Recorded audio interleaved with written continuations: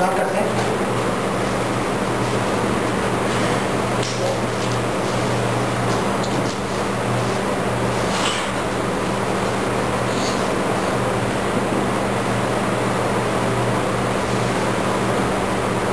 कितना हिल क्यों रहा है?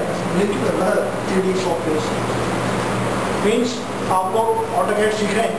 काफ़ी लोगों के माइंड में ये बात होगी कि कैड सीख के हम लोग हायर सॉफ्टवेयर पे जाएं नहीं जाएं, और अगर जाएं तो क्यों जाएं, इसको सीखने का क्या फ़ायदा। ठीक है, इस तरह के बातें आपके जहन में आती होंगी, तो उसका जवाब हमको आज मिलेगा क्लास में कि 2D सॉफ्टवेयर बेसिकली क्या है और 3D सॉफ्टवेयर के अंदर क्या क्या हो सकता है जो 2D में नहीं हो सकता। इसकी बात करते हैं। तो आज ये मौजूदा कवर कर लेंगे। इसके बाद अगर टाइम बचेगा तो हम इसके आगे का देख लेंगे, निकलता ही टाइम बचेगा।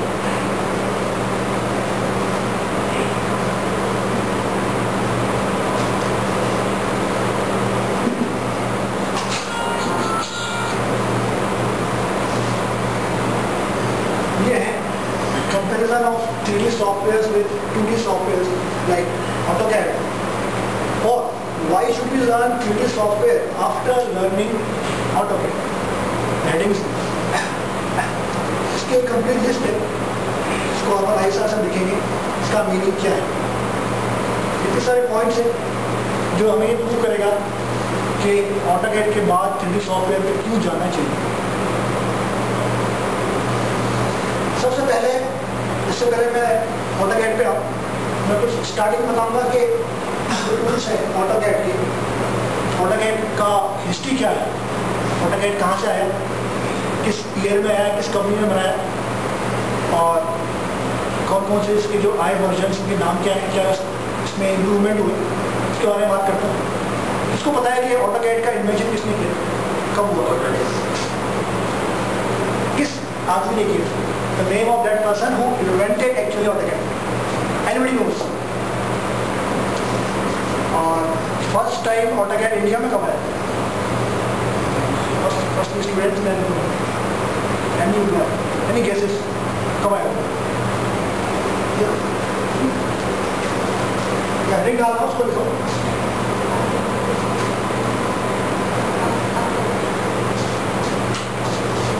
History of AutoCAD।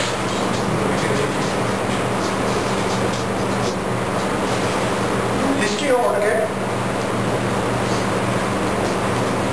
AutoCAD was invented by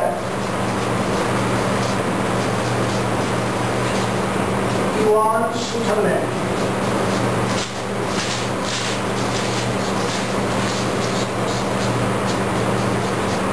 In the year 1965. 1965 में इवान सुथरलैंड ने AutoCAD को इन्वेंट किया। ये जाना कि CAD की चीज़ होगी, लेकिन इसको एक्सपेंड करने में, इसका सॉफ्टवेयर जो है एक्चुअली आया बन के इसको डेवलप होने में काफ़ी साल लग गए, और पूरे वर्ल्ड में ये लॉन्च हो पाया 1982। फर्स्ट टाइम पूरी दुनिया ने किसी ने जाना कि AutoCAD जैसी कोई चीज़ होती है, ड्राइंग कंप्यूटर पे भी बन सकती है। That was in year 1982। 1982 में फर्स्ट टाइम हमने कंप्यूटर पे बैठ के CAD की ड्राइंग बनाई, जो अब तक शीट पे बना। इसकी नीड भी क्यों महसूस हुई, क्योंकि शीट पे बनाने में टाइम लगता था, और टाइम के अलावा एक्यूरेसी भी अगर मिले तो भी बात है, लेकिन वो भी नहीं मिल रही थी। ठीक है, आपकी लाइन अगर टेढ़ी हो गई तो टेढ़ी हो गई, और अगर शीट अगर खराब हो गई तो आपकी कुछ हाथ लग गए, डस्ट लग गई, तो वो बेकार है। सर मतलब मैन्युफैक्चरिंग में सर उसके बाद ही हाँ, ऑब्वियसली CAD पहले आया, उसके बाद CAM आया, फिर आपकी सॉफ्टवेयर जो उसके आपके जो सॉफ्टवेयर आप देखते हो लाइक कोई सॉलिडवर्क्स सब आप देख रहे हो, ये सब बाद में आया। कौन बताया ये कब आया, कोई कब आया पूरा, कोई कब लॉन्च हुआ पूरे वर्ल्ड में फर्स्ट टाइम यूज किया कोई के एनी केसेस कब आया, जब CAD 82 में आ गया तो कोई कब आया, तो मुझे बिल्कुल क्लोज है तो यार 93 में आया। वेरी गुड, हमारी कैसे नहीं होता सही आता है। फिर 79 बोला तो 3 साल पीछे लगे, और अब ये 2 साल पहले सही है 93 में कोई है।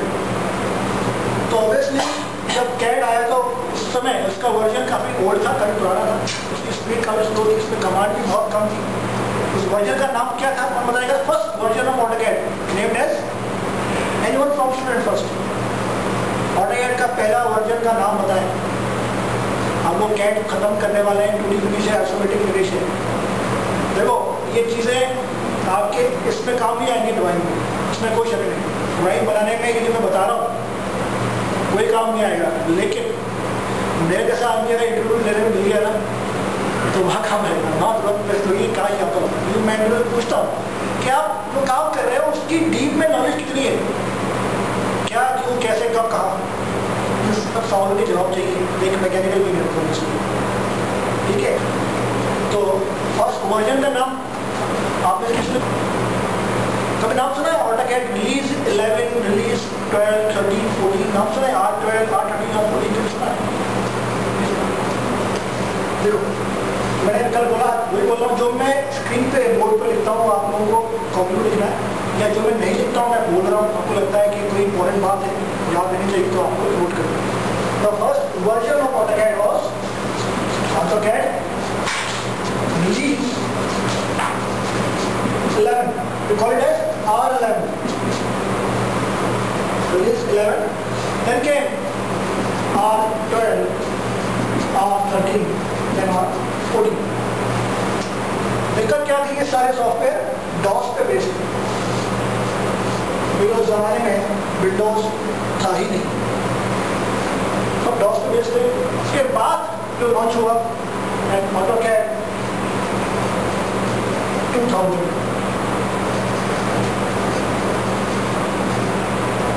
and then so on. After every year, new version came like 2002. बीच में 1 साल का गैप आ गया, इसमें हमने कुछ इम्प्रूवमेंट नहीं किए। फिर उसके बाद 2004, यहाँ भी 1 साल का गैप है, इसमें हमने कोई इम्प्रूवमेंट नहीं किया। उसके बाद लगातार हर साल वो नया वर्जन देते आ रहे हैं। AutoCAD 2005, then 2006, 7, 8, 9, 10 and now 2011. So you can see after 2005 version, every year there is a new version. तो अब सवाल ये आपके मन में उठेगा कि इतने वर्जन AutoCAD के हैं तो इनमें से कौन सा सीखें, कौन सा बेकार है, कौन सा काम का है और इनमें फर्क क्या है? देखो पहली बात तो ये कि ये DOS बेस्ड है और ये 2000 के बाद जो है ये सारे विंडोज से काम करते हैं। तो जिन बंदों को ये 4 वर्जन आते हैं खाली ऊपर के और ये नीचे के नहीं आते, उनके लिए कोई मतलब नहीं है, कोई फायदा नहीं है। क्यों? क्योंकि इसका एनवायरनमेंट और इनका एनवायरनमेंट बिल्कुल डिफरेंट है। और सबसे बड़ी बात कि जो एलियास होते हैं AutoCAD short form abbreviations, N for line, जैसे arc for A for arc, वो शॉर्ट फॉर्म वो एलियास इसमें होते ही नहीं है।